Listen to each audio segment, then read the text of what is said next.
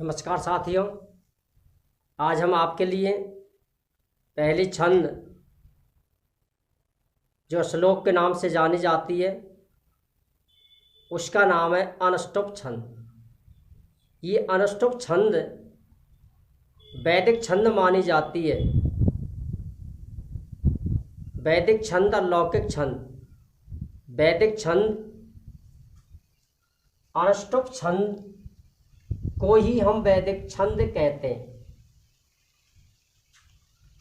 ये इसका लक्षण लिखा हुआ है,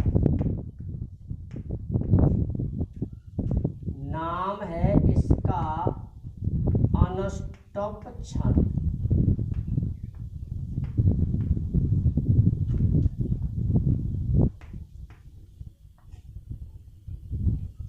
इसे हम वैदिक छंद कहते हैं। छंद ना बोलकर इसका नाम श्लोक है। वैदिक श्लोक कौन सा है? सबसे प्राचीन या सर्वप्रथम जिस छंद का निर्माण हुआ वो छंद है अनुष्टुप छंद, जिसे श्लोक कहते हैं। लौकिक छंद, जितनी भी लौकिक छंद हैं उनके लक्षण में उस छंद का नाम लिखा हुआ है। तो हम आज सबसे पहले प्रारंभ वैदिक श्लोक को प्रारंभ करते हैं, जिसकी रचना बड़े ही मार्मिक ढंग से की गई है। इसमें वर्णों की जो संख्या है ना, वो वर्णों की संख्या है 8। इसमें वर्णों की जो संख्या है वो संख्या मानी गई है 8। इसे हम श्लोक कहते हैं, ना कि छंद। पहला प्रश्न ये है कि वैदिक श्लोक कौन सा है, और वैदिक श्लोक है और वो है अनुष्टुप। नंबर 2, श्लोके षष्ठम गुरु गेयम सर्वत्र लघु पंचमम चतुष्पादयो ह्रस्वम सत्वम दीर्घम अन्नयो। इसके प्रत्येक चरण में, इस छंद के प्रत्येक चरण में 8 वर्ण होते हैं और चारों चरणों में कुल वर्णों की संख्या 32 होती है। इस श्लोक में षष्ठम गुरु गेयम, छठवां वर्ण गुरु होता है। इस श्लोक में यानी प्रत्येक चरण में, इस श्लोक के प्रत्येक चरण में जो छठवां वर्ण होता है वो वर्ण गुरु होगा। सर्वत्र लघु पंचमम, चारों चरणों में, सभी चरणों में 5वां जो वर्ण होगा वो लघु होगा। द्वै चतुष्पादयोर ह्रस्वम, दूसरे और चौथे चरण में, दूसरे और चौथे चरण में ये जो 7वां वर्ण होता है वो भी लघु होगा। दीर्घम अन्नयो, दीर्घम अन्नयो यानी अन्य पादों में, अन्य चरणों में दूसरा और चौथा चरण, दूसरे और चौथे चरण में 7वां वर्ण लघु होता है। पहले और तीसरे चरण में 7वां वर्ण गुरु होता है। यदि इसकी गणरचना पूछी जाती है तो आपको केवल 5वें वर्ण की, 6वें वर्ण की और 7वें वर्ण की गणरचना करनी। 6वां वर्ण गुरु होता है, 5वां वर्ण लघु होता है, दूसरे और चौथे चरण में 7वां वर्ण लघु होता है और पहले और तीसरे चरण में 7वां वर्ण गुरु होता है। ये एस का जो चिन्ह है ये गुरु का चिन्ह है, ये एक का जो चिन्ह है ये लघु का चिन्ह। ये गुरु और ये लघु। इस प्रकार से यदि आपको वर्णों की संख्या 8 दिखाई देती है तो वहां आप अनुष्टुप छंद का नाम लिखें। जैसे मैं आपके लिए एक उदाहरण पेश कर रहा हूं। ये उदाहरण है यदा यदा ही धर्मस्य, यदा यदा ही धर्मस्य ग्लानिर्भवति भारते, ग्लानिर्भवति भारते। ये इसके दो चरण हैं। यदा यदा ही धर्मस्य ग्लानिर्भवति भारते अभ्युत्थानम अधर्मस्य तदात्मानं सृजाम्यहम्। अभ्युत्थानम, पहले आप ये चरण देखें। ये पहला चरण, ये दूसरा चरण। प्रत्येक चरण में जो वर्णों की संख्या है वो 8 दिखाई देगी। 1 2 3 4 5 6 7 8। आधे वर्ण की गणना नहीं की जाती है। 1 2 3 4 5 6 7 8। अब इसकी आप गणरचना करें। वर्णों की संख्या है 8, इसलिए छंद है अनुष्टुप। छंद कौन सी है? वैदिक छंद है।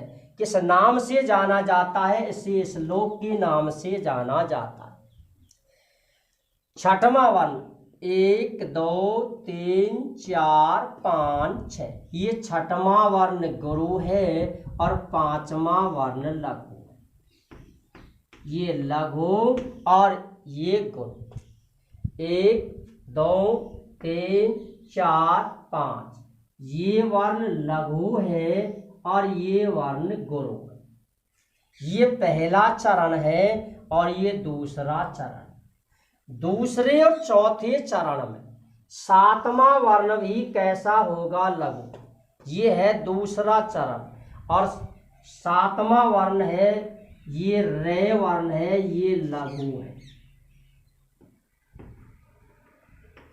लघु, गुरु और लघु। इस प्रकार से आपको केवल इसमें ये ध्यान रखना है कि अनुष्टुप छंद में यदि गणरचना करनी हो तो केवल आपको 5वें वर्ण की गणरचना करनी है, 6वें वर्ण की गणरचना करनी है और दूसरे और चौथे चरण में केवल 7वें वर्ण की गणरचना करनी है।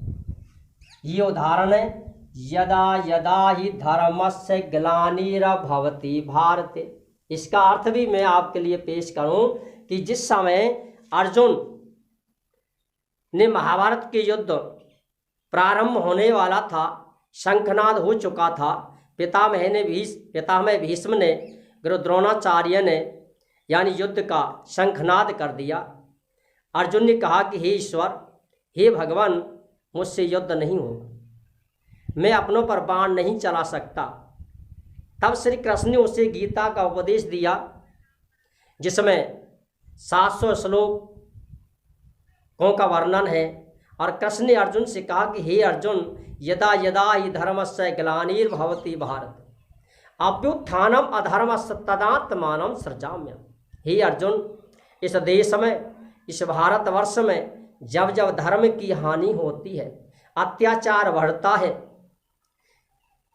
सज्जनों पर अत्याचार बढ़ता है, राक्षस बढ़ते हैं, तब तब मैं मनुष्य रूप में अवतार लेता हूं और उन राक्षसों का संहार करता हूं।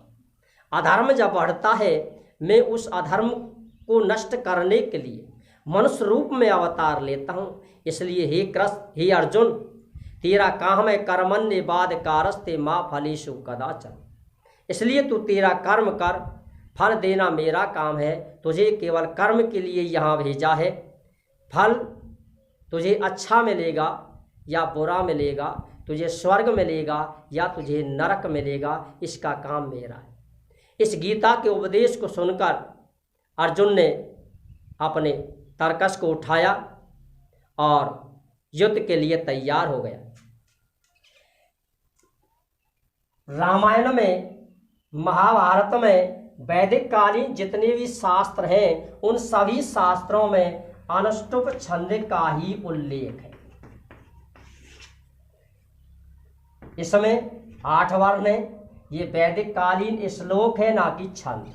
ये आप ध्यान रखें, ये वैदिक कालीन छंद है। इसका प्रश्न आपसे किसी भी प्रकार से पूछ सकता है कि वैदिक कालीन छंद कौन सी है, तो भी आपको नाम लिखना है अनुष्टुप। वैदिक कालीन श्लोक कौन सा है, तो भी आपको नाम लिखना है अनुष्टुप। और ऐसी छंद कौन सी है जिसके लक्षण में, ऐसी छंद कौन सी है जिसके लक्षण में उस छंद का नाम नहीं, और वो मात्र एक छंद है और जिसका नाम है अनुष्टुप छंद।